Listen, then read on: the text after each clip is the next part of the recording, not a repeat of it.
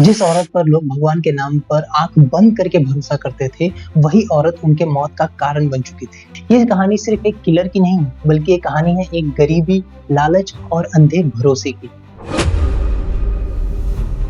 KD केम्मप्पा का बचपन कोई अच्छा नहीं था। गरीबी, स्ट्रगल और लाचारी से ये भटक रही थी। पेट भरने के लिए वो अमीरों के घर में नौकर का काम करती थी।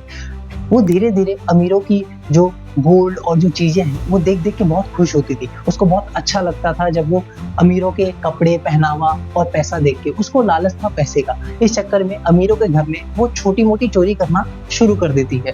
धीरे धीरे हर घर में छोटा मोटा जेवर जो है वो चुरा लेती थी, पर उससे कुछ भी असर नहीं पड़ता था अमीरों को, क्योंकि उनके लिए तो कोई फर्क नहीं पड़ता। पर धीरे धीरे जब ये चीज ज्यादा बढ़ने लगी तो एक टाइम पे एक ऐसा भी रिपोर्ट हुआ जहाँ पे एक अमीर के घर में उसको लगा कि उसके कुछ सामान की चोरी हो रही है। और जब उस अमीर ने उसको देखा कि वो इस छोटे मोटे सामान का चोरी कर रही है और वो रंगे हाथ पकड़ी गई, तब उसको जेल में भेज दिया गया। और जेल में भेजने के बाद ही उसका पूरा जिंदगी पलट गया। जेल सिर्फ सजा नहीं होती, कभी कभी वो और दिमाग को और ज्यादा खतरनाक बना देती है। ऐसा ही कुछ उसके साथ भी हुआ। जब वो जेल में अपने दिन काट रही थी, तब वहां पे कुछ लोगों से मिली, जिन लोगों ने उसको कुछ ऐसी जानलेवा केमिकल्स के बारे में बताया। और वहीं से उसके दिमाग में एक खौफनाक आइडिया आता है, और वहीं से भारत को एक फीमेल सीरियल किलर मिलती है जिसका नाम था केडी केम्मप्पा। जेल से निकलकर केम्मप्पा ने अपना पास्ट छुपा लिया। उसने काम शुरू किया एक सुनार के यहाँ, बाहर से सीधी और अंदर से एकदम शांत।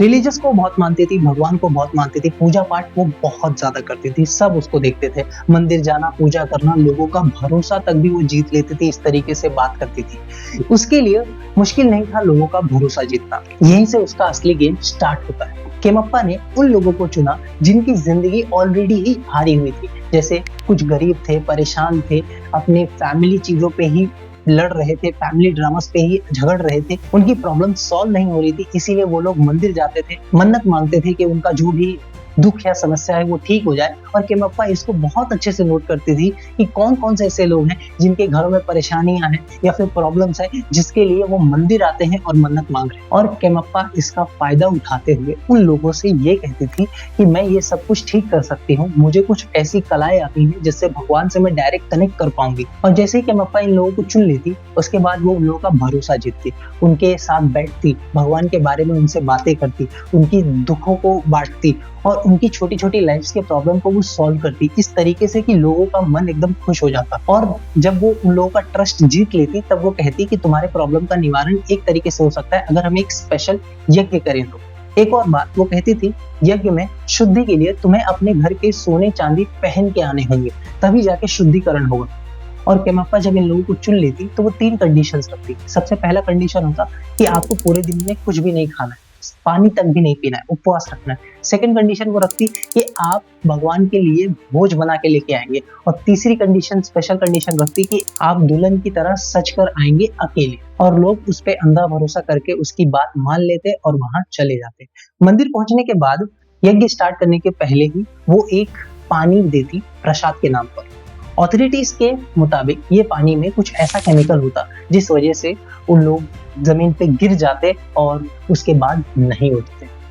और जब केम्मप्पा देख लेती कि अब वो नहीं उठ रहे, तो वो उनका सारा सोना, जेवरात सब कुछ चुरा कर भाग जाती। क्योंकि यज्ञ हमेशा सुनसान जगह में होता, तो वो कभी पकड़ी नहीं जाती। और इस तरीके से उसने मल्टीपल केसेस किए और गाँव को भनक तक नहीं लगी। इसके बाद पुलिस में एक केस दर्ज होता है एक गायब व्यक्ति का।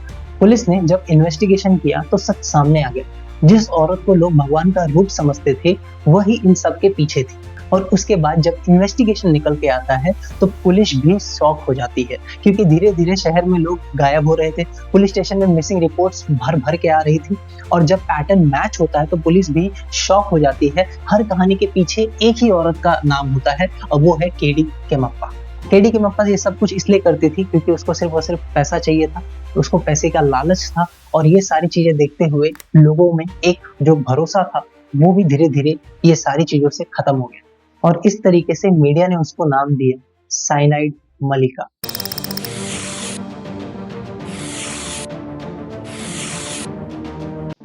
ये कहानी हमें एक ही चीज सिखाती है, श्रद्धा रखो पर अंधा विश्वास मत रखो। हर भगवान का नाम लेने वाला सही व्यक्ति नहीं होता है। आप क्या सोचते हो, अंधा भरोसा ज्यादा खतरनाक है या गलत इंसान, कमेंट में जरूर बताना भूलें और लाइक, सब्सक्राइब और शेयर करना ना भूलें ऐसी रियल स्टोरीज के लिए।